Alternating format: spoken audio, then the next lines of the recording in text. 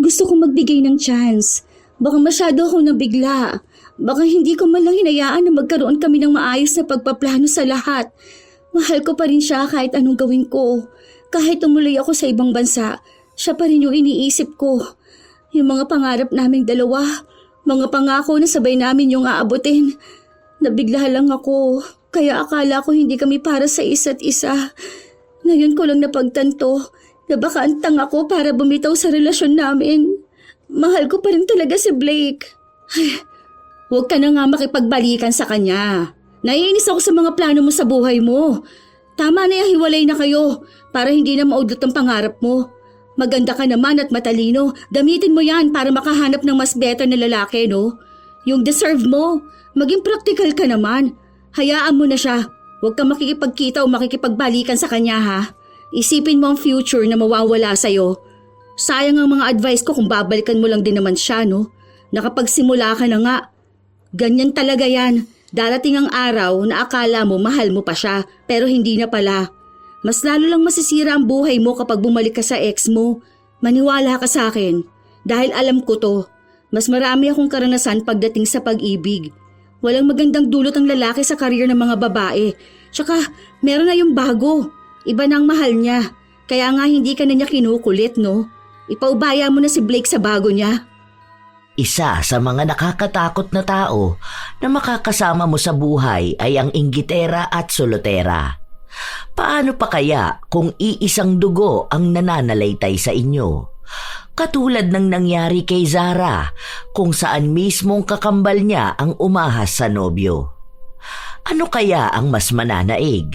Ang pagmamahala ng magkambal o ang pagiging sakim sa pagnanais na umangkin ng hindi naman kanya? Ay, wow! Congratulations! Grabe ang tagal nyo na, ha? Grabe, 7 years na kayo. Yan ang sana all. Naku, sana all din sa'yo, no? At congrats din dahil na-promote ka. Di ba parang nung nakaraan lang pinag-uusapan natin na what if ikaw na yung magiging head of digital marketing? Tapos nagkatotoo nga, yun talaga ang sana all. Lalo ng sahod. True, kaya nga ang yaman na niyang kakambal ko eh. Isipin mo yon, kapag bored siya ng hapon, malalaman mo na lang nag-book na ng ticket niya papuntang ibang bansa para mag-travel. Kung ganun din naman sa kanya ang sahod ko, malamang kapag magkaaway tayo, malalaman mo na lang na nagpunta ako ng ibang bansa. Hala, hindi mo ako isasama? Malamang magkaaway nga tayo, di ba? E di wala rin kapag sinama kita. Okay lang, kahit na magpunta ka pa sa ibang universe, susundan at susuyuin pa rin kita. Lah, para naman kayo mga tanga dyan. Ahem, sana naman no, may respeto sa single, di ba? Wala na akong gana. Ang sarap pa naman itong pansit. Ayoko na, naiinis na ako sa inyo. Sorry naman. Bakit kasi hindi mo pa sagutin yung nanliligaw sa office? May nanaligaw sa kanya sa office nyo? Oo, yung nasa kabilang department. Lagi siyang binibigyan ng pagkain, tapos nagyayaya sa kanya ng date. Kaso ayaw naman niya, pogi naman yun eh. No, ayoko nga sa ganung lalaki. Hindi siya matangkad, no? Parang mas matangkad pa nga ako sa kanya. Gusto ko yung matangkad at pogi, tapos maganda ang katawan, moreno, tapos maganda ang career. Kahit naman nasa edad na ako, pihikan pa rin ako, no? Ano nga kahala niyo sa akin? Basta may manligaw lang, sasagutin ko na kaagad. Pareho pala kayo ng tipo ni Zara. Magkambal nga kayo. Sayang wala akong kakambal. Yun na lang sana ang sayo. Hayaan mo, kapag may nakilala akong matangkad, moreno, pogi at mayaman, ipapakilala kita agad. Oo nga, babe. Para naman hindi yan palaging mainitin ang ulo. Para naman makaranas din ng lambing. Hoy, para namang sinabi niya sa akin na kailangan ko ng lalaki. Hindi, no? Strong independent woman kaya ako. Sus! Huwag ka na nga magkunwari, Sia. Alam ko na kulang ka lang sa lambing. Huwag ka kasing suplada kapag may kumakausap sa'yo. Paano kanyan magkakaroon ng love life, ha? Patuloy nilang inaasar si Zia tungkol sa pagiging pihikan niya sa lalaki. Kambal sina Zara at Zia. Iisa ang hulma ng mukha nila. Sadyang mas malaman lang si Zara. Malaki ang mukha nito dahil hilig niya ang kumain. Si Zara ang may karelasyon. si Blake. Nasa kolehiyo pa lang sila noon nang nagkaroon sila ng relasyon at umabot na hanggang sa magkaroon sila ng kanya-kanyang trabaho. Kahit nakambal sina Zia at Zara, iba pa rin ang hilig nila at tinahak nilang landas. Nasa isang kumpanya ng pagawaan ng bag si Zia, kung saan doon niya kasama ang nobyo ng kanyang kambal. Habang si Zara naman ay nagtuturo sa elementarya. Isang araw, habang magkasama ang dalawang dalaga, pansin ni Zia na hindi mapakali ang kanyang kakambal. Hoy, ano nangyayari sa'yo? Ano, magkaaway na naman ba kayo ni Blake? Parang kahapon lang ayos kayong dalawa. Ano na naman ginawa niya? Hindi, kasi may iniisip ako. Alam mo yung sinasabi ko sa'yo na offer sa akin sa New Zealand? Yung tinanggihan mo last year? Oo, bale kasi, tumawag sa akin kanina, tinanong ako kung gusto ko na ba. Oh, gusto mo naman yun, di ba? O bakit hindi mo pa kunin? Sayang naman yun. Pero kasi, alam mo, nagbabalak na kaming magpakasal ni Blake. Kung aalis ako, hindi ko alam kung ano mangyayari. Never pa kami nagkala yung dalawa. Natatakot ako. Nung napag-usapan namin ng pag-iibang bansa, ang sabi niya okay lang sa kanya. Pero ramdam ko na ayaw niya. Ilang opportunities na bang pinalampas mo, para magstay sa kanya? Ang dami na nun. After graduation, di ba? Dapat kukunin ka ni tita sa Australia. Pero hindi ka tumuloy dahil inaalala mo yung boyfriend mo. O, nitong nakaraan, Manila na lang po, hindi mo pa tinuloy. Alam mo, malayo pang lalakbayin mo. Pero nagpapakulong ka sa relasyon nyo. Kung patuloy mong tatanggihan lahat yan, paano na lang kapag dumating ang araw na gusto mo na? O, tapos ang opportunities na ang umayaw sa'yo. Ay, pero hindi mo naman ako masisisi kung mas inuuna kong pagmamahal, di ba? Magkaiba po kasi tayo ng pananaw. Mga bata pa lang tayo, alam na ng mga magulang natin na kahit kambal tayo, ibang desisyon ko sa desisyon mo. Hindi ako naniniwala na mas uunahin ko ang love kaysa sa career. Dahil kahit gaano ko pa kamahal ang isang tao, hindi ko ipagpapalit ang oportunidad na meron ako. At yun dapat ang malaman mo. Madali lang para sa'yo yun dahil successful ka eh. Kapag may boyfriend ka, tapos hindi sang-ayon sa career na tinatahak mo, hinihiwalayan mo. Ako kasi, alam mo, yung pakiramdam ko, buong buhay kong kasama si Blake. Lahat ng pangarap ko kasama siya. Hindi ko alam kung anong mangyayari sa future ko kung wala siya. Ramdam ko naman na suportado niya ako pero kasi kapag usapang magkakalayo kami, iba na nagiging tono niya. Natatakot din ako na paano kung malayo kami sa isa't isa o tapos biglang magbago yung pagmamahal namin na baka yung 7 taon namin matapos lang dahil sa magkalayo kami. Kung hindi kanya susuportahan, ibig sabihin nun wala siyang pagmamahal sa'yo. Yan ang sinasabi ko, na kailangan mong pumili kung love or career. Pero pwede naman sana yon kung mahal na mahal ka niya. Tapos maghihintay siya habang inaabot mo pa ang pangarap mo. Sa totoo lang, kami ni Mami, ayaw ka lang talaga namin pagsabihan. Kasi, ito ngayon ko lang to sasabihin sa'yo dahil ayoko naman na magmukhang sinisiraan ko ang boyfriend mo. Totoo naman na mabait si Blake. Simula umpisa maalaga na siya sa'yo, kahit na ngayon. Pero hindi lang sa ganun ang standard ng pagmamahal. Dapat alam mo rin kung paano unahin ang sarili mong desisyon. Simula nung naging kayo, wala kang sariling desisyon.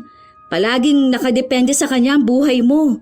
O tingnan mo nga, kung siya, hindi niya maabot yung pangarap niya. O, masyado siyang nakampante sa kung ano lang ang meron siya ngayon. Yung career niya, katulad lang ng meron siya nung 5 years ago. Walang usad. Alam ko mataas ang pangarap mo. Huwag kang mag-settle sa isang tao na hindi kayang taasan ang pangarap. Kung may mangyayari man after mong piliin ang career mo, o baka yun mismo ang sign na hindi kayo ang para sa isa't isa. Mas maganda kung pag-usapan niyo muna yan. Tapos, saka ka na magdesisyon. Salamat, Kambal. Hindi ko lang talaga alam kung anong gagawin ko Kasi gulong-gulo ang utak ko ngayon. Gusto kong piliin yung sa New Zealand. Pero alam kong malaking epekto nito sa relasyon namin ni Blake. Basta, yun ang sinabi ko. Kausapin mo siya. Tapos sabihin mo yung iniisip at plano mo. Kung mahal ka niya, wala yung problema sa kanya. Kasi ang pagmamahal, hinahayaan kang lumaya. Hindi ka nito itatali para lang masabing magstay ka. Kung ganun siya sa pagpili mo ng career na may benefits naman ang future nyo, baka oras na para mag-move on. Gusto mo bang magkape tayo sa labas? Tara, ano ba yan? Kanina ko pa napapansin na ang init ng ulo mo. Pagpasok mo pa lang, hindi na maipintay ang mukha mo. Hulaan ko. Nag-away na naman kayo nakakambal ko, no? Tungkol ba saan? Baka may toyo na naman, ano? Ewan ko ba sa kanya? Di ko na siya maintindihan. Halika na, ako nang sagot sa kape natin. Mamaya na yan, hindi ka rin naman makapagtrabaho ng maayos. Dahil sa mga sinabi ni Zia, mas lalong naguluhan ang isipan ng kanyang kakambal. Alam niya na mas makikinig ito sa kanya, lalo pat silang dalawa lang din naman ang magkapatid. Nakatira sila sa iisang bahay habang ang mga magulang nila ay nasa ibang bansa at doon naninirahan. Maayos naman ang pamumuhay nila. May kakayahan pagdating sa pera. Sadyang may mga bagay lang talaga na kailangan nilang paghirapan, lalo na kung may kinalaman ito sa pinipili nilang trabaho at kinabukasan. Ang pera na hawak nila ay galing sa pinaghirapan nila. Gumagabay lang ang kanilang mga magulang kapag kinakailangan. Isang araw, habang nasa trabaho si Zia, pansin niyang wala sa mood si Blake. Hindi na tumanggi si Blake. Sumama siya sa kakambal ng nobya. Magkaibigan din naman silang dalawa at para na ring kapatid ang tingin ng binata kay Zia. Pero hindi ganon ang tingin ni Zia sa kanya.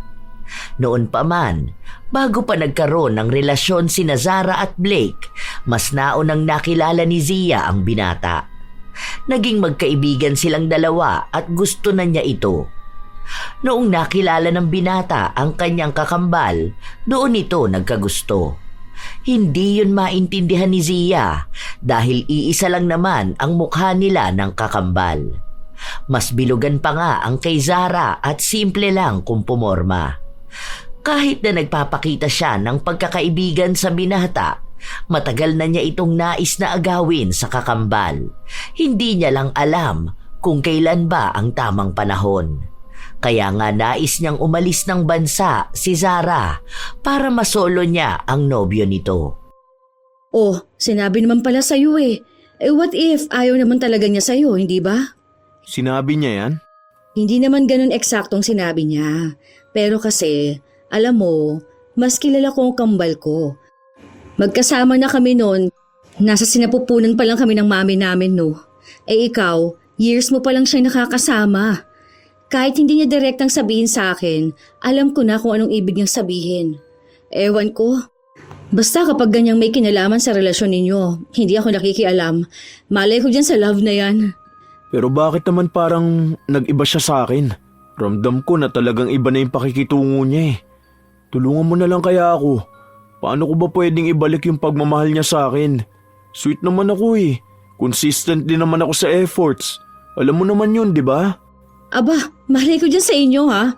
Di ba nga ang sabi nila kapag years ng relationship, meron talagang ano ba yun? Basta parang doon naghihiwalay.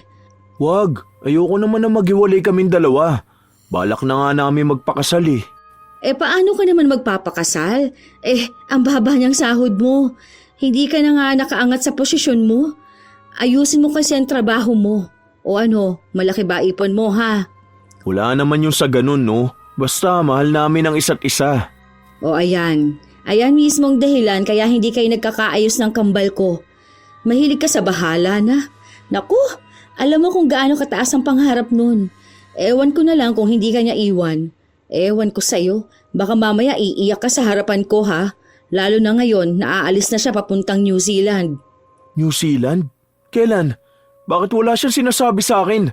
Ang usapan namin hindi na siya tutuloy ah. Hindi niya ba sinabi sa'yo? Ay, sorry. Ang daldal ko naman yata masyado. Bahala ka nga dyan. Aalis na ako. Teka lang. Nag-uusap na tayo tapos saka mo ko lalayasan? Ano yung tungkol sa New Zealand? Huwag mong sasabihin na sa akin galing ha. Huwag na pala. Baka mamaya pag-awayan niyo pa. Ano nga? Sabihin mo na sa akin.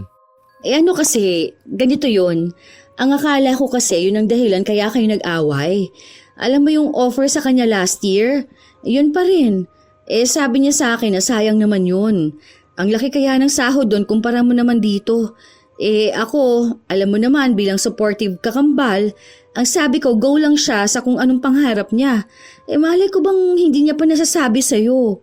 Sorry naman, di ba? Basta kapag nag-usap kayo, wag mo kong idadamay ha. Kahit na ang totoo ay sinadya niya talaga yung sabihin. Nakiusap sa kanya si Zara na wag na munang ipaalam sa nobyo ang anumang plano niya dahil hindi pa naman siya sigurado. Sinabi niya yon para sadyain na mag-away ang dalawa at sa ganoong paraan malaki ang pagkakataon na maghiwalay sila.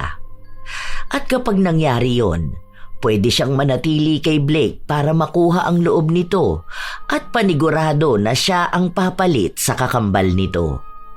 Ilang araw pa ang nakalipas, walang naging balita si Zia sa relasyon ng dalawa dahil hindi naman siya nagtatanong. Ang alam niya lang ay laging nag-aaway ang dalawa. Hanggang sa umuwi siya at naabutan niya ang kakambal na umiiyak. Pagpasok niya pa lang ng bahay ay niyakap na siya nito. Break na kami. Wait, teka nga lang. Ano bang nangyari? Kaya ba hindi pumasok si Blake ngayon? Baka naman mapag-usapan niyo pa yung dalawa. Galit siya sa akin Dahil bakit daw parang ang dami kong nililihim sa kanya. Noong una, okay naman na kami dahil pumayag siya mag-abroad ako. Tapos nito, nagtanong siya kung tutuloy ba talaga ako. Tapos ako naman nainis ako. Tapos ayun, nag-away kaming dalawa. Ewan ko. Naguguluhan ako. Mahal na mahal ko siya pero tama ka nga. Naiisip ko rin na paano naman ang future ko. Hayaan mo na. Andito lang ako para sa'yo. Sobrang sakit lang. First boyfriend ko siya. Tapos ilang taon na kami. Ang dami na naming nabuong pangarap. Akala ko lahat yun sabay naming aabutin. Oo, gets ko na mahirap talaga yan. Lalo na kung plano nyo na rin magpakasal dalawa. Pero baka ganun talaga, di ba? Gawin mo na lang motivation yung sakit na nararamdaman mo. Isipin mo na lang na hindi yan mangyayari kung walang rason. Na baka this time, yung pangarap mo naman ang piliin mo. Hindi mo yan maiintindihan ngayon, pero kapag naging successful ka na, magpapasalamat ka na lang sa desisyon mo na to. At least, sa ibang bansa ka magmo-move on. Habang nag-heal ka, natutupad naman yung pangarap mo. Heartbreak lang to.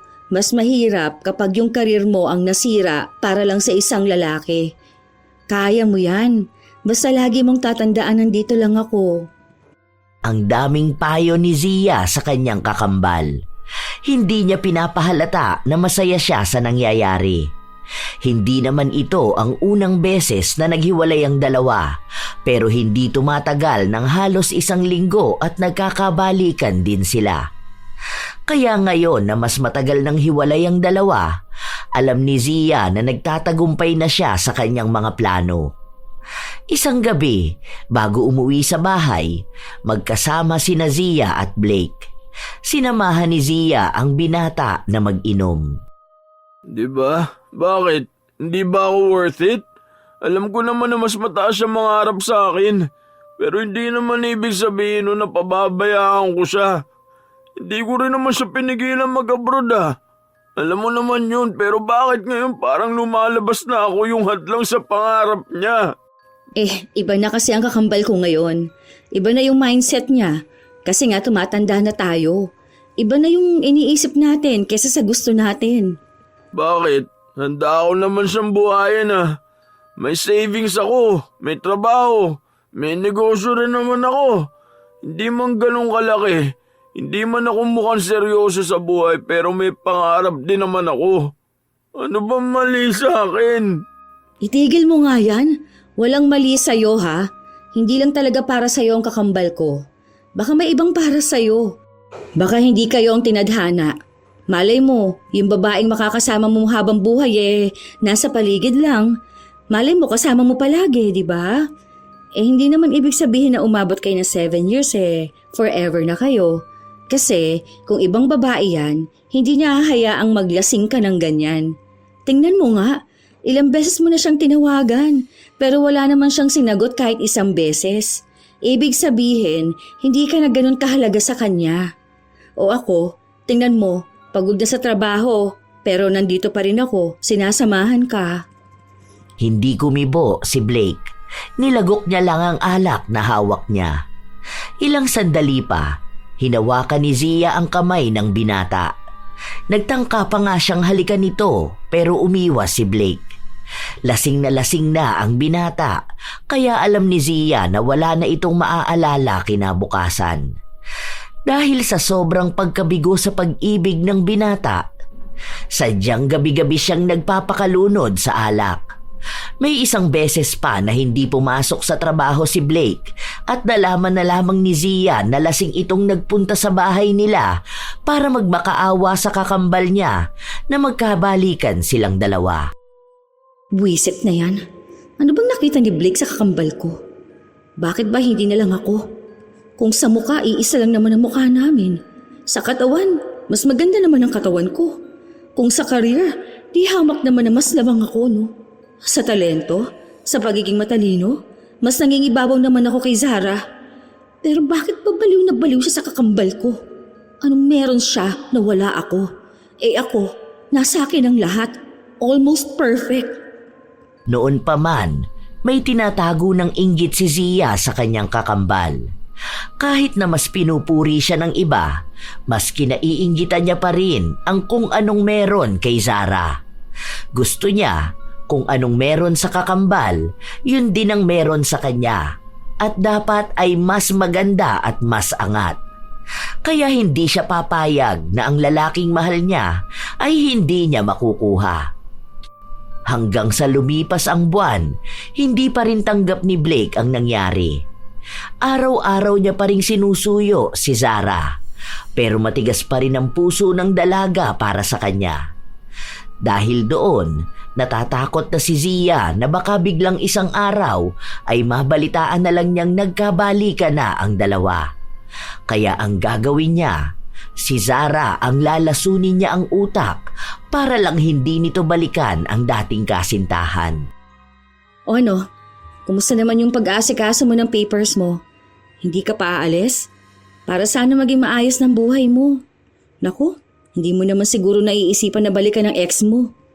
Yun na nga, nagsabi siya sa akin na nag-aasikaso na rin siya ng papers niya dahil susunod daw siya sa akin sa New Zealand.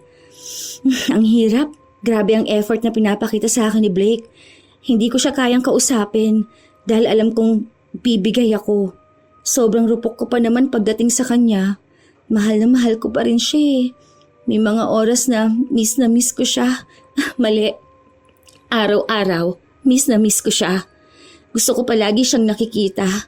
Miss ko na yung yakap niya. Lahat. Parang may mga araw na gusto ko siyang balikan. Natatakot ako na paano kung pagsisihan ko tong ginagawa ko. Na iniwan ko siya para piliin ang karir ko. Hay, alam mo, hindi ka dapat nangangamba ng ganyan. Hayaan mo siya. Sa office nga kinukulit ako noon eh. Ang sabi ko, kakambal kita pero hindi naman ibig sabihin na hawak kong utak mo. Ikaw ang nagdesisyon at matanda na tayo masyado para magpasulsol sa isa't isa. Diba? Tsaka kung para ka ako sa karir mo at sa maganda mong kinabukasan, hindi kita pipigilan. Ewan ko ba dun? Feeling sad boy pero may kadate naman siya nung nakaraan. Ha? May kadate siya? Oh! Nakita ko siya dun sa coffee shop sa labas ng building namin. Hindi naman ako nagkakamali, no? Ewan ko kung sino yon. Basta kulay pink yung buhok eh. Tapos maputi. Parang ang Koreana. Mukha ring bata-bata pa. Siguro mga early 20s, ganon. Kaya, nako huwag kang magpapadala sa kanya. Alam mo, yung mga lalaki na yan, magaling lang yan sila magdrama. Pero ang totoo niyan, habang wini-win back ka niya, may tinetest naman siyang ibang babae. Kapag hindi ka niya nabawi, edi doon siya sa isa. Para hindi siya lugi. Nako, ganyan sila. Kaya huwag ka magpapaniwala sa sinasabi ng mga lalaki na yan. Ang love life, iniiyak ka ng sobra. Kahit na taon pa kayo, kahit ilang pang dekada, kahit may anak na kayo, may chance na magloko ang lalaki. Ibibreak talaga nila ang puso mo at tiwala. Pero kapag ang career ang pinili mo, kahit kailan hindi ka malulugi. Maniwala ka sa akin, mas powerful ang babae na may career kaysa may love life. Kaya go mo yung gusto mo. Huwag mo intindihin yung ex mo. Kapag naging successful ka na, doon ka magkaroon ng maayos na love life. Mas makakakilala ka pa ng successful na lalaki. Mas deserve mo yun kesa sa ex mong chill-chill lang sa buhay. Nadala na naman ng mga salita ni Zia ang kakambal. Kahit na ang totoo, gusto na niya itong umalis para hindi na mabawi si Blake. Sa araw-araw, hindi pa rin tumitigil ang binata. Patuloy siyang nanunuyo kay Zara na nagpapalaso naman sa mga salita ng kakambal nito. Isang araw, may sakit si Blake. Habang nasa bahay siya, si Zia ang nag-aasikaso sa kanya. Pwede mo bang tawagan si Zara? Ang sabihin mo, mamamatay na ako. Ang OA mo naman, lagnat lang yung meron sa'yo, Blake, no? Saka sinabihan ko na siya, pero ang sabi niya sa akin may inaayos siyang papers para sa pagpunta niya ng New Zealand. Alam mo bang ibig sabihin nun? Mas mahalaga sa kanya ang New Zealand kesa dyan sa buhay mo. Oh, kumain ka na. Susubuan na lang kita. O teka, ihipan ko ha, baka mainit. Sabihin mo lang na kailangan ko siya. Makita ko lang siya, gagaling na ako. Ako, tigilan mo ako sa kagaganyan mo, Blake. Kumain ka na at iinom ka pa ng gamot. Yun, gamot ang makakapagpagaling sa'yo ha, hindi yung mukha ng kakambal ko. Tingnan mo na lang ako. Magkamukha naman kaming dalawa, no? Ako rin naman yung nandito sa'yo ha, at nag-aalaga. Huwag ka na doon. Sige na, tulungan mo na kasi kung nabalikan ako ng kakambal mo. Nababaliw na ako. Mahal na mahal ko talaga siya. Alam mo, di ko gets kung anong kinababaliwan mo dyan sa kakambal ko. Ano bang meron sa kanya, ha? Basta, hindi ko naman yun maipapaliwanag eh. Basta alam ko mahal na mahal ko siya. Gusto kong siya ang makasama ko habang buhay. Handa akong gawin ang lahat, magkabalikan lang kaming dalawa. Gusto ko siya lang. Marami namang masigit sa kanya, no?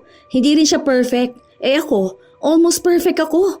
Maganda rin, mas sexy, mas mabait at ako yung nandito.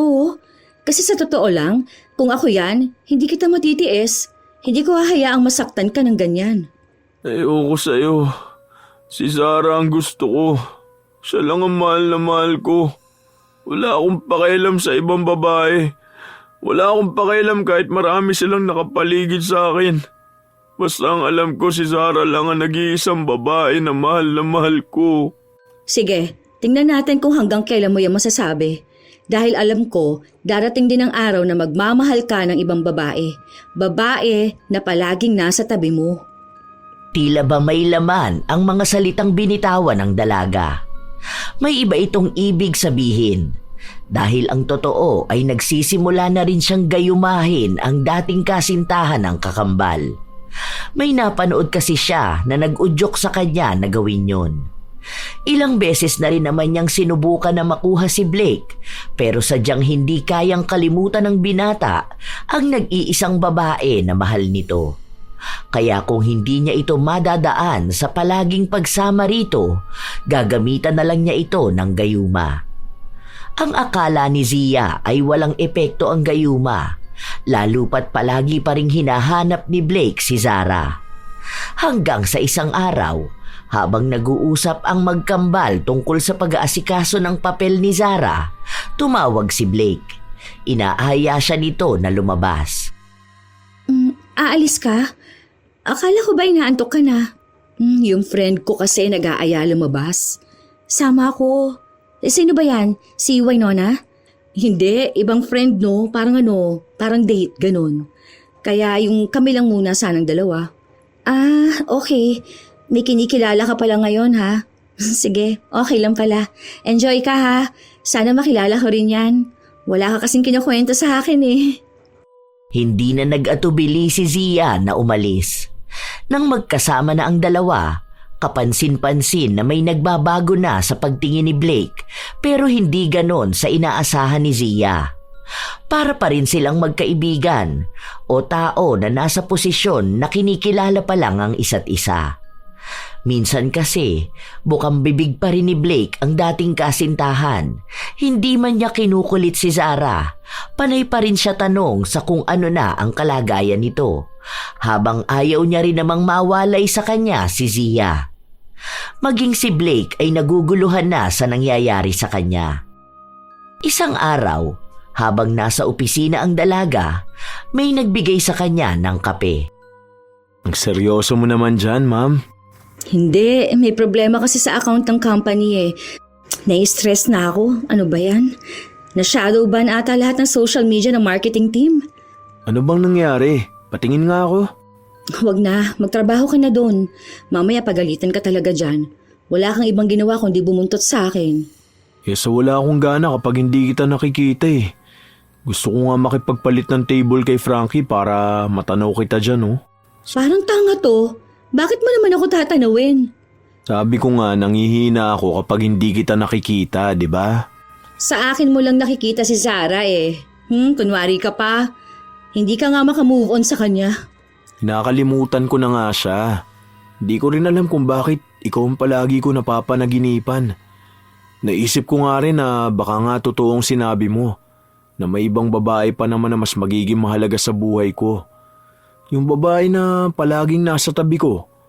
Sino bang kasama ko noong mga panahon na pakiramdam ko wala nang saysay ang buhay ko? Ikaw, di ba? Kung free ka sa Sunday, tara, labas tayo. Sagot ko, huwag ka mag-alala. Tago ang kilig ni Zia dahil ayaw niyang magmukhang desperada sa atensyon ng lalaking ginayuman niya. Ngayon mukhang umiepekto na ng malala kay Blake ang pinagawa niya.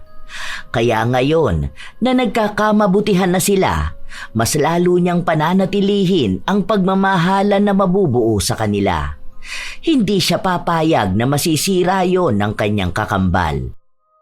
Gabi ng Sabado, bago ang kanilang pagkikita ng binata, naghalungkat ng magandang damit si Zia. Nagsusukat siya sa harapan ng salamin nang biglang pumasok ang kanyang kakambal. Aalis ka? Hindi, bukas pa. May date ulit ako. Feeling ko, sasagutin ko na siya. Wow! Totoo ba? Sino ba yan? Patayin nga ako ng picture. Bakit wala kang kinukwento sa akin, ha? Yan ba yung office mate mo? Yung sinasabi mo na maniligaw mo? Sure ka na ba sa kanya? Matagal na kaming magkakilala nito. College days pa lang magkaibigan na kami. Ngayon lang nagkaroon ng chance na magbago ang pagtingin niya sa akin eh. Hindi ko muna pinapakita at kinukwento baka ma-evil eye eh. Alam mo naman, baka mausog wala pa ngang kami. Saka na lang. Saka ang sensitive ko naman kung ikukwento ko sa yung love life ko habang broken ka, di ba? Saka busy ka rin naman. Ang dami mong inaasikaso sa pag-alis mo. Pero okay naman siya. Hindi lang okay dahil okay na okay siya. Seryoso siya sa akin. Mahal na mahal niya ako. Kamusta naman si Blake? Bakit mo naman naitanong? Ikaw lang kasi kakilala ko na office mate niya. Yung isa kasi na nakasama natin nag-travel, nag-resign na pala yun. Wala, ganun pa rin naman. Nagtatrabaho pa rin siya. Pero hindi na siya madalas nag-absent ngayon. Di tulad ng mga nakaraang buwan ako. Naka-move on na ata sa'yo. Mukhang may ibang babaeng kinahuhumalingan eh. Hindi na nga rin niya ako kinukulit ngayon eh. Ano naman? Bakit ka naman malulungkot? Di ba nga dapat masaya ka na kasi wala nang pipigil sa mga plano mo? Ito naman yung gusto mo Makakapag-move on ka rin naman sa kanya. Maniwala ka sa akin, kapag nasa ibang bansa ka na, baka doon ka makakilala ng lalaki na para sa'yo. Yung pakakasalan ka kaagad. Hindi ko alam kung makaka-move on pa ba ako. Mahal na mahal ko pa rin siya. Parang ang gusto kong makipagkita sa kanya at makipagbalikan. Baliw ka ba? Nakipaghiwalay ka na nga tapos makikipagbalikan ka pa? Masisira lang ang mga plano natin kapag ginawa mo yan. Gusto kong magbigay ng chance. Baka masyado akong nabigla. Baka hindi ko man lang hinayaan na magkaroon kami ng maayos na pagpaplano sa lahat. Mahal ko pa rin siya kahit anong gawin ko. Kahit tumuloy ako sa ibang bansa, siya pa rin yung naiisip ko. Yung mga pangarap naming dalawa, mga pangako na sabay namin yung aabutin. Nabigla lang ako kaya akala ko hindi kami para sa isa't isa. Ngayon ko lang napagtanto na baka ang tanga ko para bumitaw sa relasyon namin. Mahal ko pa rin talaga si Blake. Huwag ka na nga kasing makipagbalikan sa kanya. Naiinis ako sa mga plano mo sa buhay mo. Tama na yung hiwalay na kayo para hindi na maudlot ang pangarap mo. Maganda ka naman at matalino. Gamitin mo yan para makahanap ng mas better na lalaki. Yung deserve mo. Maging practical ka naman. Hayaan mo na siya. Huwag kang makikipagkita o makikipagbalikan sa kanya ha. Isipin mo ang future na mawawala sa'yo. Sayang ang mga advice ko kung babalikan mo lang din naman siya. Nakapagsimula ka na nga eh. Ganyan talaga yan. Darating ang araw na akala mo mahal mo pa siya pero hindi na pala. Mas lalo lang masisira ang buhay mo kapag bumalik ka sa ex mo. Maniwala ka sa akin dahil alam ko to. Mas marami akong karanasan pagdating sa pag-ibig. Walang magandang dulot ang lalaki sa karir ng mga babae. Tsaka meron na yung bago. Iba na ang mahal niya. Kaya nga hindi ka na niya kinukulit. Ipaubaya mo na si Blake sa bago niya. Kailangan ng magmadali ni Zia na maangkin si Blake. Lalo pat pansin niya rin na seryoso ang kanyang kakambal na makipagbalikan sa dati nitong kasintahan. Kinabukasan, maganda ang suot ni Zia. Maganda rin siyang umalis ng kanilang bahay. Tulog pa nung mga panahon na yon si Zara, kaya alam niyang hindi rin siya masusundan. Sa tagong lugar sila nagtungo ni Blake dahil ayaw niyang may makakita sa kanila. Baka may bigla pang magsabi sa kanyang kakambal at manggulo pa sa relasyon nila. Habang nagkukwentuhan na may tawanan, hinawakan ni Blake ang kamay ni Zia. Alam mo ba, hindi ko talaga maipaliwanag kung bakit ikaw lagi ang iniisip ko. Para tuloy akong baliw. Sus, ayan ka na naman ha. May gusto ka ba sa akin? Bakit hindi mo pa kasi ako direktahin? Hindi pa ba halata?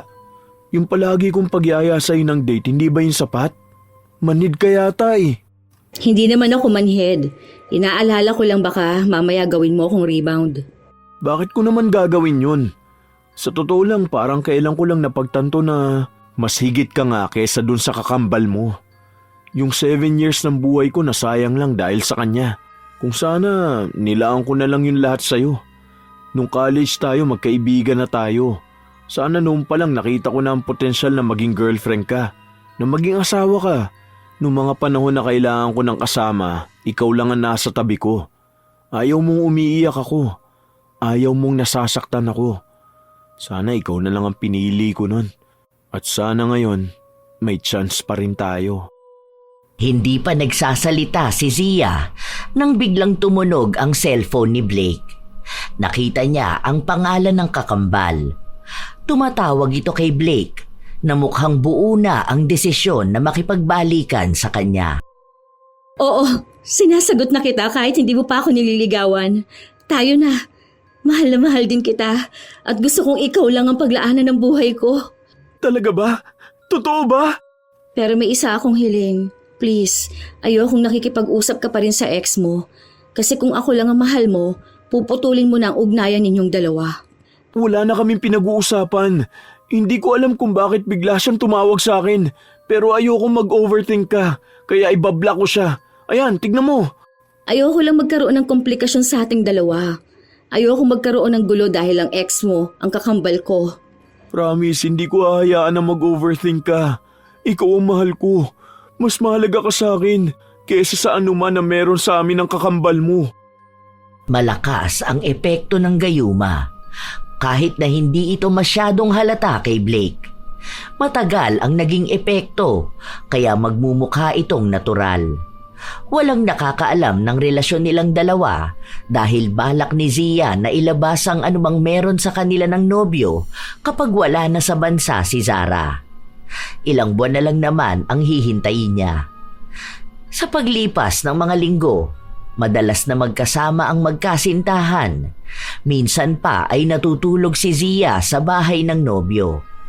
Isang gabi, habang naghahanda siya sa pagtulog, tumawag ang kanyang kakambal. Nasaan ka?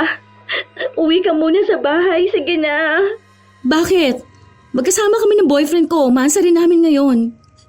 Sige na, wala akong kasama sa bahay. Ang lungkot ko ngayon. Naiiyak na ako. Kailangan ko lang ng kausap. Sige na. Samahan mo lang muna ako. Tumawag ka na nga lang sa iba mong kaibigan. Ngayon na nga lang ako magsasaya, no? Tungkol na naman ba yan sa ex mo? Sinabi ko na kasi sa'yong hayaan mo na siya. Okay lang yan. Parte yan ng moving on at healing. Makakaya mo ring lampasan yan, maniwala ka lang. Sige na, naghihintay na ang boyfriend ko. Bukas na lang tayo magkita. Kung naiiyak ka, sige iyak mo lang yan. May ice cream din dyan sa ref, kainin mo na lang. Patayin ko na ang call ha. Bye! Sus, ang arte. Makaka-move on din naman. Mga istorbo pa. Habang lumilipas ang mga araw na masaya si Zia, siya namang mas lalong nagdurusa ang kanyang kakambal. Kapag kailangan siya nito, wala siya dahil mas gusto pa niyang makasama ang nobyo kaysa kay Zara. Isang araw, habang nasa kusina ang magkambal, pinag-uusapan nila ang pag-aasikaso ng papel ni Zara. Bakit hindi pa raw madaliin? Hindi naman daw ganun yun. Basta maghintay na lang ako. Pero baka abutin pa ako nito hanggang next year eh. Parang feeling ko siguro may dapat pa akong ayusin dito bago ako umalis ng bansa. O ano na mga ayusin mo? Ayos na nga ang lahat ng papers mo.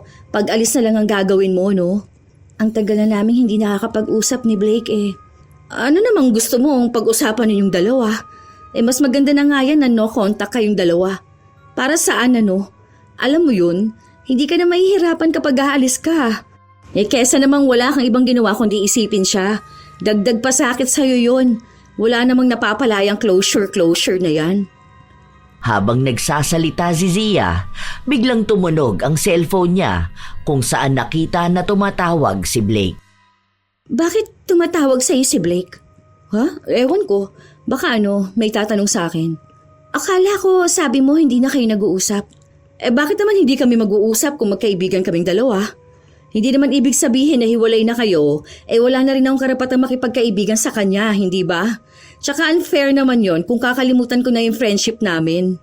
Tulungan mo na lang akong kausapin siya. Akong sasagot ng tawag. Ano ba? Bakit ka ba nangingialam ng cellphone ko? May cellphone ka, bakit hindi mo siya tawagan? Naka-block nga ako. Yun naman pala bakit hindi mo nalang tanggapin na naka-move on na siya? Naka-move on na pala siya at magkaibigan lang kayong dalawa. Bakit ayaw mong ipakausap sa akin? May mawawala ba kapag nag-usap kaming dalawa? Break na kayo, di ba? O bakit? May mangyayari din ba kapag nagkausap ulit kayo? Hindi naman ibig sabihin na kaibigan ko pa siya sasamantalahin mo na yon para makausap ulit siya. Kung sa hindi ka na nga niya mahal. Kung naka-move on na nga yung tao, bakit hindi ka na lang din mag-move on? Aalis ka na nga ng bansa Ayaw niya akong kausapin. O baka naman ayaw mo kaming makapag-usap. Pinagbibintangan mo ba ako na inagaw siya sa'yo? Hindi yan ang sinabi ko.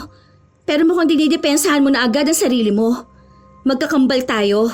Hindi ka makakapagtago sa akin. Ano naman? Kung nagkakamabutihan man kami, wala ka na doon. Hindi naman siya nag-cheat. Hindi ko rin siya inahas dahil hiwalay naman kayo. Ikaw nakipag-break, baka nakakalimutan mo. Naririnig mo ba ang sinasabi mo? Ex ko si Blake, kakambal kita. Ibig sabihin, andoon ka mula sa simula ng relasyon namin. Hindi mo siya magugustuhan kung alam mong ex siya ng kambal mo. Huwag mo akong pagsasalitaan ng ganyan ha. Basta wala kaming ginagawang masama. Kung akong minamahal niya, labas ka na doon. Break na kayo. May karapatan na siya magmahal ng iba. Hindi naman na siya nakikipagbalikan sa'yo, di ba?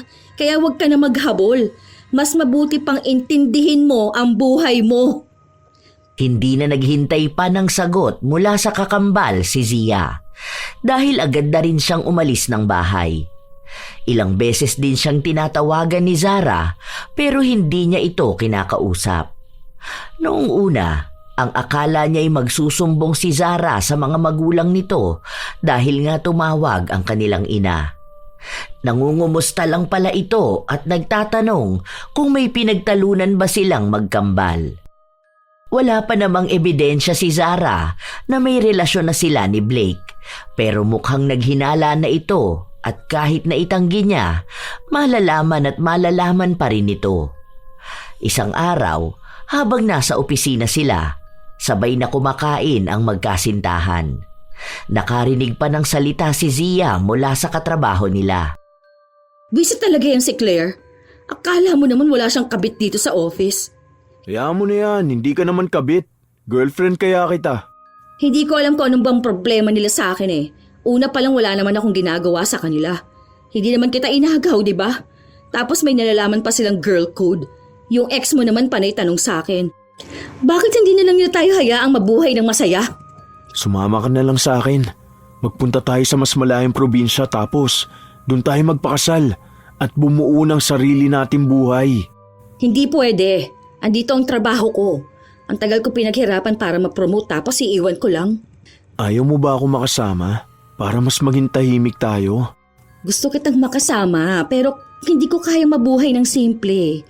Hindi ko kayang iwan ang karir ko. Mahal kita, alam mo yan. Pero mahalaga rin sa akin tong karir ko. Ayokong pagtalunan pa natin to. Kung mahal mo ako, sumama ka sa akin.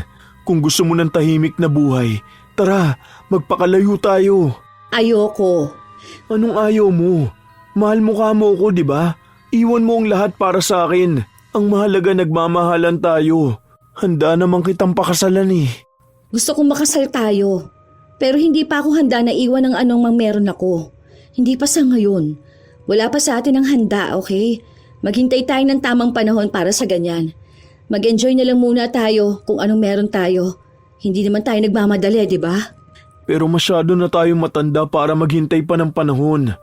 Paano tayo bubuo ng pamilya? Baka lumipas na ang panahon, hindi pa rin dumarating ang tamang oras na yun.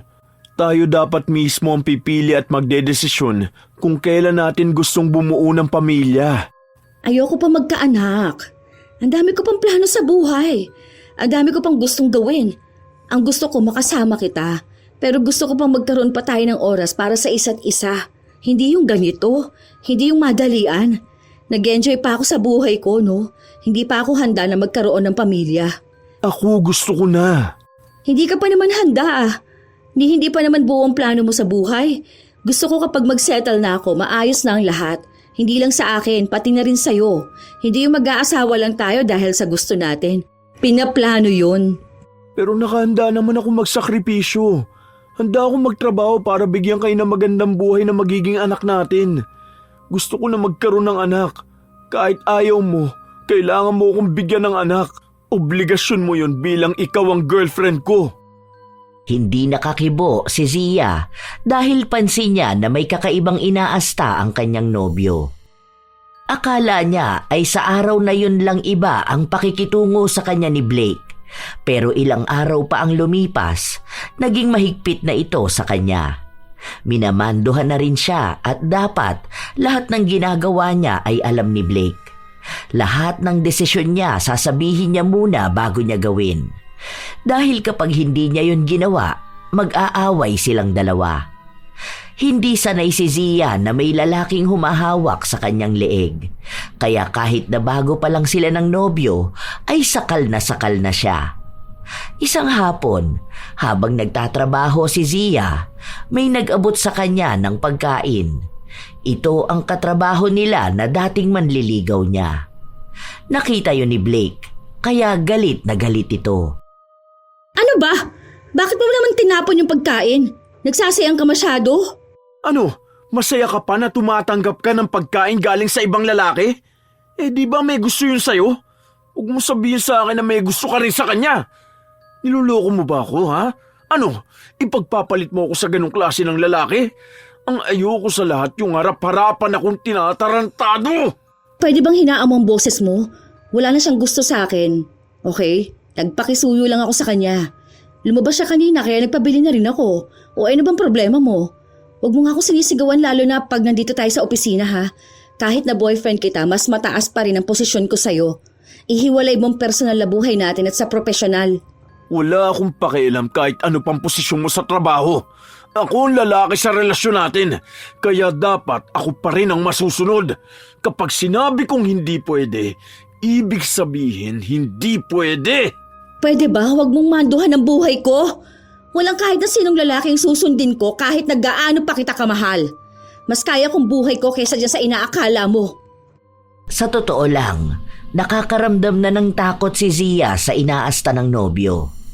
Hindi naman ganon si Blake noon. kahit nung si Zara pa ang karelasyon nito. Hindi niya pinipilit si Zara sa gusto niya. Meron man silang pag-aaway pero hindi naman ganon kalala. Kaya paanong bigla na lang nagbago ang ugali ni Blake? Ilang linggo pa ang lumipas. Sa tuwing may mangyayari sa kanilang dalawa, halata na pinipilit ni Blake na may mabuo. Habang si Zia ang palihim na gumagawa ng paraan para hindi siya mabuntis. Kahit mahal na mahal niya ang nobyo, hindi niya maisip ang buhay na maging isang ina. Gusto niyang magkaroon ng pamilya, pero alam niyang hindi pa siya handa. Kung magpapabuntis siya kay Blake, maraming oportunidad sa buhay niya ang mawawala. Isang araw, naghahanda si Zia na umuwi na sa bahay nila, kung saan sa pagmamadali niya ay may nahulog siya mula sa bag niya. Ano to? Umiinom ka ng pills? Kaya ba hindi ka mabuntis-buntis, ha? Pwede ba? Hindi pa nga ako handa. Ayoko pa magkaroon ng anak. Akin na yan. Ibalik mo yan sa akin. Wala pa sa plano ko magkaroon ng anak, okay? Ang dami ko pang hindi naaabot na pangarap. Hindi ka uuwi. Dito ka lang. Anong hindi? Kailangan ko umuwi. Hindi ko naman to bahay eh. Bakit ka uuwi? Wala naman trabaho bukas, di ba? Dito ka lang. Bakit? May iba ka bang pupuntahan bukod sa bahay nyo, ha? Kailangan ako ni Zara. Kailangan ko umuwi sa bahay. Hindi bang sabi mo hindi na kayo nag-uusap ng kakambal mo? Hayaan mo siya. Matanda na siya. Dito ka lang. Kapag sinabi kong dito ka lang, hindi ka aalis. Huwag mong tangkain na bumili pa nito. Dahil kapag sinabi kong magbubuntis ka para sa anak ko, yun ang mangyayari. Pwede ba? Natatakot na ako sa'yo. Bakit ba nagmamadali ka magkaroon ng anak? Wala pa nga tayong 1 taon, di ba? Para hindi mo ko iwan. Dahil nararamdaman kong meron kang ibang lalaki. Wala akong iba. Ikaw lang yung mahal ko. Ikaw yung gusto kong makasama habang buhay. Ikaw yung gusto kong maging asawa at ama ng mga anak ko. Pero wag na yon. Hindi ko pa kayang iwan ang career ko eh. Sobrang dami ko pang ginagawa sa buhay ko. Wala rin naman pagkakaiba yon. Bakit? Di ba kapag naging mas mataas ka sa akin, iiwan mo rin ako? Para hindi ka na makawala. Kapag nabuntis naman kita, pakakasalan kita eh. Aanin mo pa yung career mo na yan. Kung iisa lang din naman ang kahahantungan ng relasyon natin. Ikakasal din naman tayo, di ba? Bubuo rin naman tayo ng pamilya. Bakit kailangan pa natin patagalin yun? Gusto ko ngayon na. Kahit na anong pagmamakaawa ni Zia sa nobyo, hindi siya pinakinggan nito. Masyado na siyang sakal na sakal sa mga plano ni Blake. Mga plano na hindi naman pinag-isipan ng maayos. May pagsisisi si Zia, lalo na't ito ang unang lalaki na hindi niya magawang iwan kahit ayaw na niya. Dahil mismong si Blake ang gumagawa ng paraan para hindi sila maghiwalay na dalawa. Hanggang sa umabot sa punto na mukhang buntis na nga si Zia. Hindi na siya mapakali. Habang nasa bahay siya, hindi niya alam kung anong gagawin niya kung sakali man nabuntis siya. Tensyonado bawat galaw. Ilang beses na rin siyang umiinom ng mapait na kape. Ano bang nangyayari sa'yo? Wala kang pakialam. Anong wala? Kahit naman galit ako sa'yo, hindi mo naman maaalis sa akin na mag-alala. Tingnan mo, ilang kape na yung ininom mo na yan. Ang malala pa, parang ubusin mo na itimpla sa kakaunting tubig. Pwede ba? Huwag mong pansinin ang mga ginagawa ko. Wala kang alam sa nangyayari sa akin ha. Kung wala naman tong kinalaman sa'yo, manahimik ka na lang. Buntis ka ba? Sinabi ko na nga huwag mo akong pakialaman, di ba? Kung buntis ako, wala ka na doon. Buhay ko to, huwag mong panghimasukan. Sinusubukan mo bang ipalaglag ang bata? Bakit? Sino bang ama niyan? Si Blake naman siguro, di ba? Oh, akala ko ba mahal niyong isa't isa? Kilala ko si Blake. Siguro naman kapag nalaman niyang buntis ka, pananagutan ka niya, hindi ba? Hindi ka naman nun tatakbuhan. Hindi mo ako naiintindihan. Hindi mo alam kung ano mawawala sa akin oras na mabuntis ako. Kapag magkaroon ako ng anak, alam mo ba kung anong mangyayari sa karir ko, ha? Nagsisimula pa lang ako. Hindi ako handang iwan yung basta para lang magpalaki ng anak, no? Kaya nga, ang naisip mong paraan magpalaglag na lang. Ano ka ba naman, Zia? Anak mo pa rin yan. May career ka naman na maganda. Bakit? Hindi ba pwedeng isang tabi mo muna saka mo balikan kapag malaki na ang anak mo? Kaysa naman aalisin mo para lang magstay sa anumang meron ka ngayon? Hindi mo ko naiintindihan dahil wala ka namang career katulad ng sakin. Kung ikaw ang nabuntis ni Blake, okay lang yun sa'yo dahil wala ka namang iiwan. Pero iba tong sa akin. Ayoko pa magkaroon ng anak. Wala ka namang magagawa, nandyan na yan eh. Ginusto mo rin naman yan, hindi ba? Kaya nga naging kayo ni Blake dahil ang sabi mo sa akin, gusto mo siyang makasama habang buhay. O bakit ngayon may chance ka na dahil magkakaroon na kayo ng anak, saka ka pa aayaw? Ibabalik ko na lang siya sa'yo. Kunin mo na si Blake. Bawiin mo na lang siya sa akin. Sige na, utang na loob. Ngayon pa? Anong gusto mong maging itsura ng pamilya natin?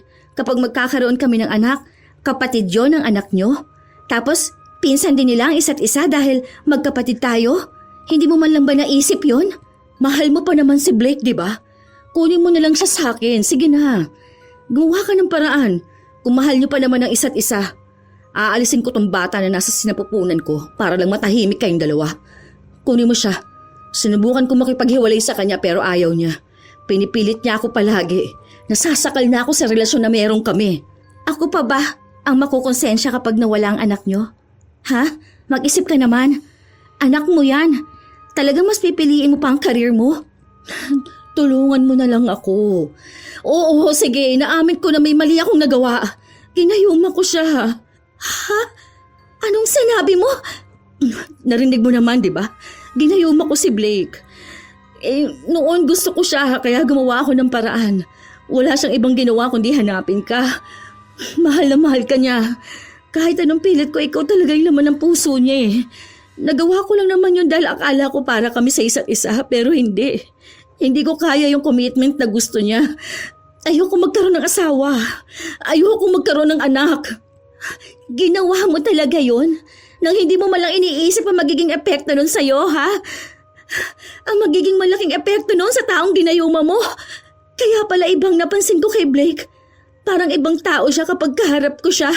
Yun pala, nasa ilalim siya ng gayuma. Ngayong alam mo na, tulungan mo na lang ako. Bawiin mo na siya. Total kayo naman na nagmamahalang dalawa, di ba? Ayoko na sa kanya. Pagod na ako sa pagmamando niya sa buhay ko. Ayoko sa lahat yung pinakikialaman ng gusto kong gawin eh. Utang na loob. Bawiin mo na siya. Hindi ko akalaing ganyan ka ka-selfish, Zia.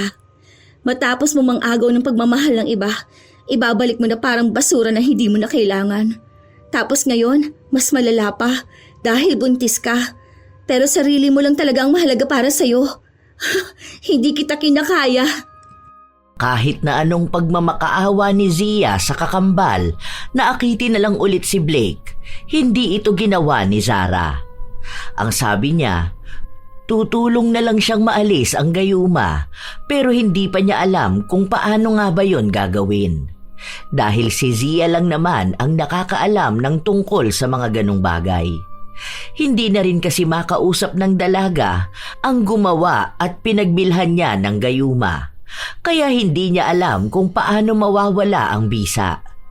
O kung gaano pa ba katagal ang hihintayin niya para mawala na ang pagmamahal sa kanya ni Blake. Minsan pa ay nasasaktan siya ni Blake, lalo na kapag nagseselos ito. Ayaw na ayaw ng binata na nakikipag-usap siya sa kahit na sinong lalaki, kahit na may kinalaman pa ito sa trabaho. Kung noong una, matagal bago umepekto ang gayuma at unti-unting nagkakagusto sa kanya si Blake, ngayon naman ay palala ng palala. Tila ba hindi nawawala ang kabaliwan sa kanya? Hanggang sa napatunayan nga na buntis na siya. Bubuo na tayo ng sarili natin pamilya. Magpapakasal na tayo. Baka mapano pa ang baby natin eh. Mag-resign ka na sa trabaho mo. Ako na ang kakausap sa boss natin. Maiintindihan niya naman to eh. Hindi pwede. Ayoko nga. Sinong bubuhay sa akin yung sahod mo? Hindi mo ba alam kung anong posisyon ko sa kumpanya? Kung paano ako naghirap makuha lang yon? Kung paano ko yung pinangarap, ha? Hindi yun madali. Kaya wag mo akong piliting bitiwan yun ng ganun-ganun lang. Isa pa, hindi tayo mabibigyan ng magandang buhay ng sahod mo. Kulang pa nga yan para suportahan ang sarili mo eh. Gusto po magdagdag ng responsibilidad? Ano bang gusto mo? Mapahamak naman na magiging anak natin dahil sa pagiging workaholic mo? Hindi ka kumakain sa tamang oras. Palagi kang stress at puyat. Kailangan mag-ingat ka dahil para yun sa kapakanan ng anak natin. Di bali na mawala tong bata na to, wag lang ang trabaho ko. Pagod na ako sa'yo. Alam mo kung sinong mahal mo? Si Zara. Kaya hayaan mo, tutulungan ko na lang na magkabalikan kayo. Ha? Years kayo, di ba? Sa years na yon, ang dami niyong pangarap. Di ba magpapakasal na kayo? Kasi nga gusto ninyong magkaroon ng pamilya. Oh, siyang mahal mo. Yung kakambal ko at hindi ako. Ako ang bahala sa inyong dalawa. Maniwala ka sa akin. Mahal na mahal ka pa rin niya hanggang ngayon. Hindi siya mahal ko. Ikaw lang ang gusto kong maging asawa at maging nanay ng mga anak ko. Magkakaroon tayo ng 5 anak.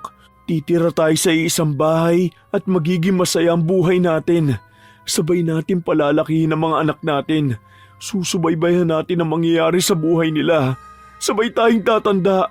Magkasama tayo hanggang sa huli. Hindi ako. Si Sarang mahal mo. Kayong dalawang may mga pangako sa isa't isa eh. Saksi ako sa relasyon ninyo kaya alam ko na siyang tunay mong mahal. Hindi ako. Kahit na kailan, hindi mo ako minahal. Tumahimik ka! Aalis ka sa trabaho mo para manatili dito sa bahay ko. Dito ka natitira hanggang sa mga anak ka. Ako ang lalaki. Ako ang dapat na masunod. Parang hawa mo na. Ayoko na.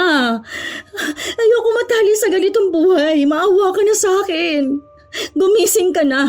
Hindi ako mahal mo dahil iba ang totoong laman ng puso mo. Ayoko na.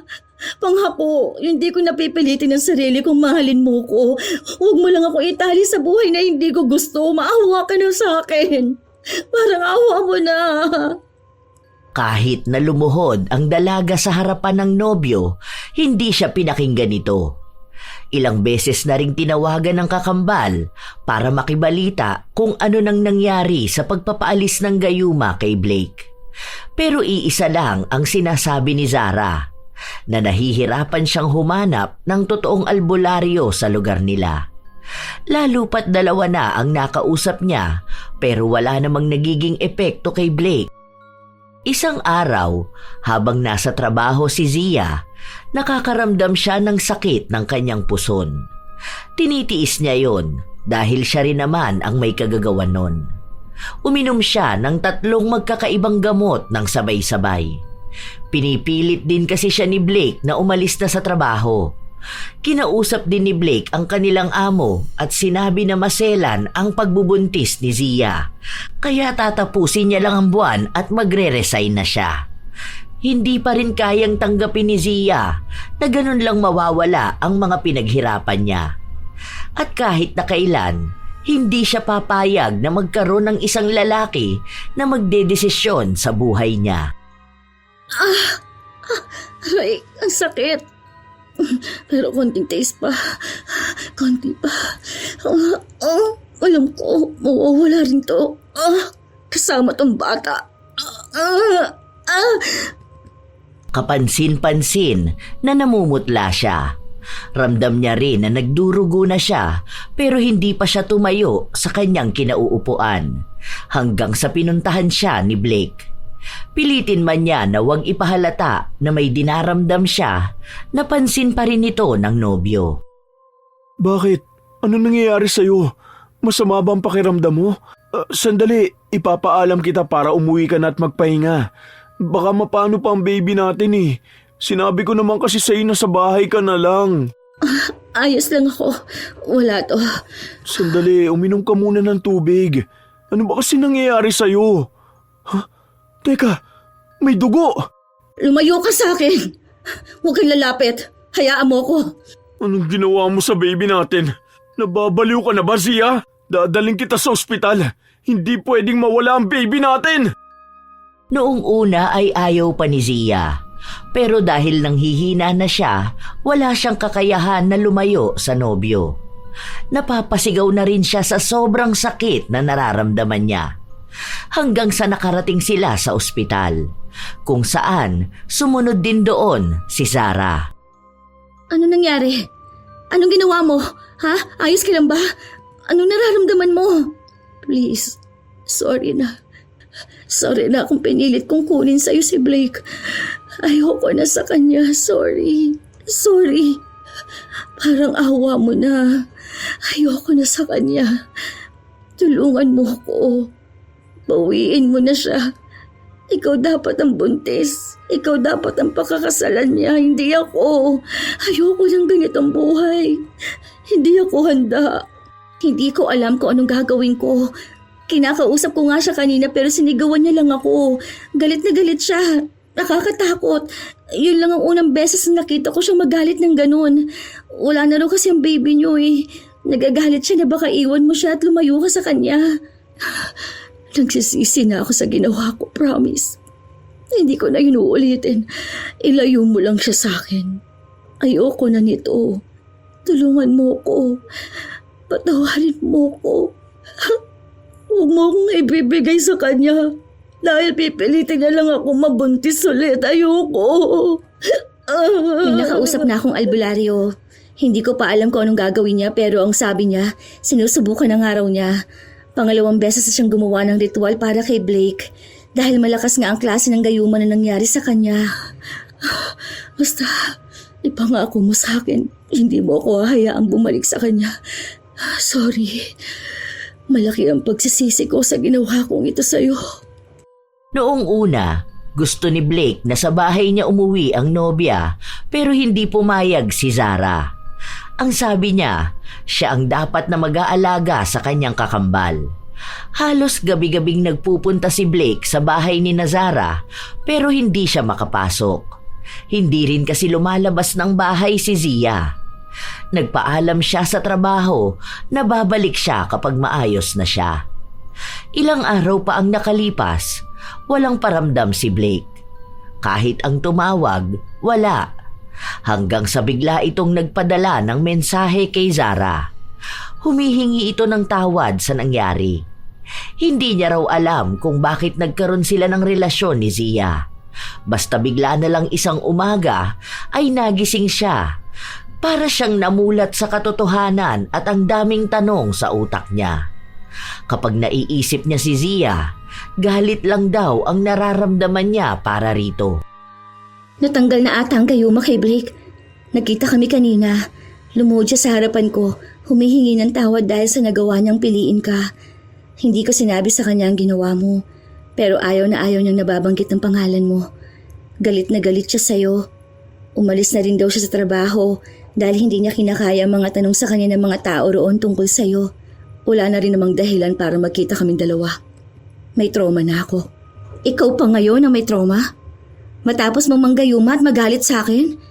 Matapos mong paghiwalayin kami? Di ba dapat akong masama ang loob?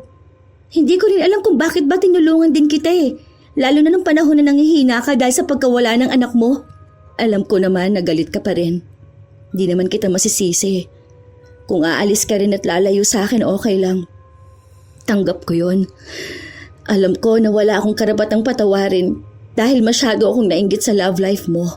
Habang ako naman talaga ang hindi handa. Ang gusto ko lang yung atensyon, pero hindi ang commitment. Aalis na talaga ako. Sa susunod na linggo na ang flight ko. Kaya mukhang ito na rin ang huling beses na magkikita tayo. Kailangan ko pa ng oras, hindi lang sa moving on, kundi sa paghilom nitong sugat na nagawa mo. Gawa niyo sa akin, kahit na hindi alam ni Blake ang ginagawa niya.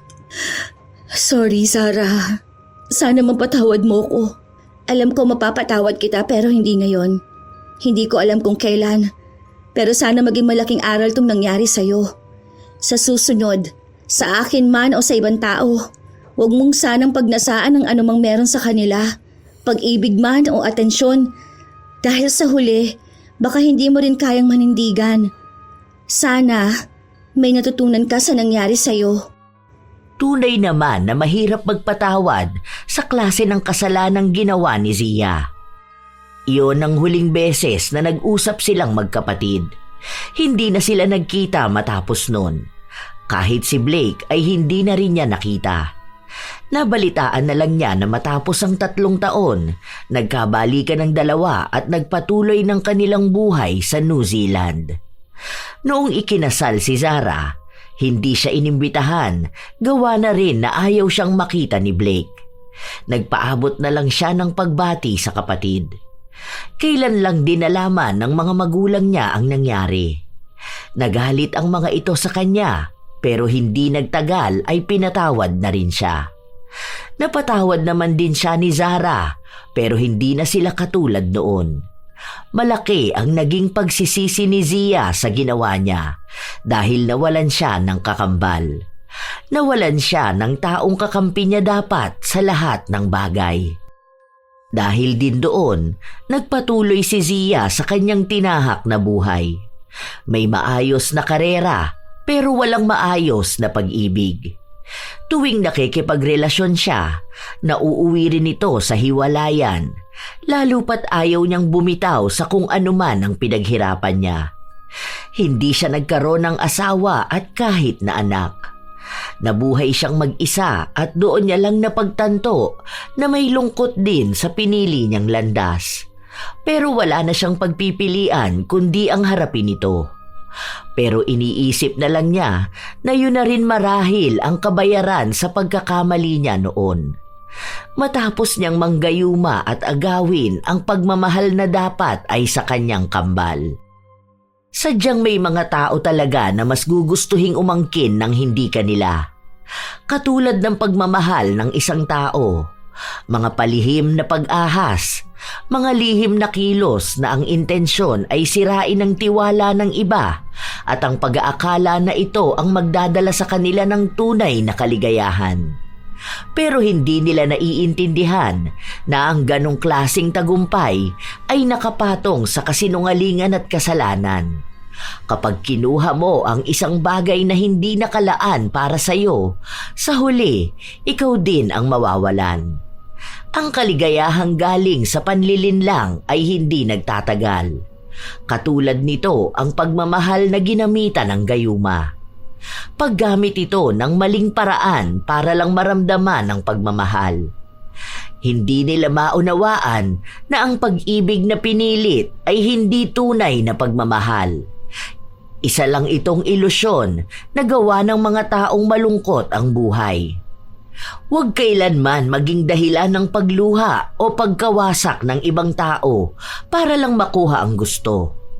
Pahalagahan ang integridad dahil ito ang iyong magiging mukha sa mundong ito. Tandaan na lamang na kung hindi para sa iyo ang isang tao, hayaan mo, huwag mong pilitin at agawin sa iba. Dahil ang tunay na nakalaan para sa iyo, darating ito ng kusa nang hindi mo kailangang manakit ng iba. Minsan talaga mga apo, may mga tao na gawain ang maging mga agaw. Minsan na rin ba kayong naagawan ng kakilala ninyo? At naway wala sa inyo ang maging dahilan ng pagkasira ng relasyon ng iba? Kung kayo mga apo ay may komento at opinyon sa ating bagong kwento, maaari nyo yang ibahagi upang aming mabasa. Hangad ko na sana'y may natutunan kayo sa aking ibinahaging kwento ngayong araw. Shout out sa ilan sa mga masusugid na tagapakinig ng mga istorya ni Lola Telang. Belen Malbas, Arlon Verdejo, Assorted Love Hurts KSA, Hana Maylin Sesgundo, Teresa Balino, Charmaine Ebon, Mark Angel Pascual, Grace Respecia, Margarita Galang, Yolanda Beher, Fermina Aklan, Maribel Balabag, Fatima Conado, Miss K. Story, Regine Laban Galang. Shout out din sa inyo, Raymond Nahera, Jonalyn Itang, Glyza Abit, Early Joy Fernandez, Nancy Villarreal, Stickmaker, Reza Dominguez, Mary Fernandez, May Mendoza, Jen Gavino, Maymay Nunez, Angeline Mina, Delino Dalo, Monet Vergara, Kikay Kulit. Shout out din sa lahat ng aking mga mahal na apo, sa lahat ng silent listeners, at sa lahat ng mga apo kong walang sawang nag-aabang at nakikinig araw-araw. Ito ang inyong Lola Telang at maraming salamat Sa lagi ninyong pakikinig, mga apo.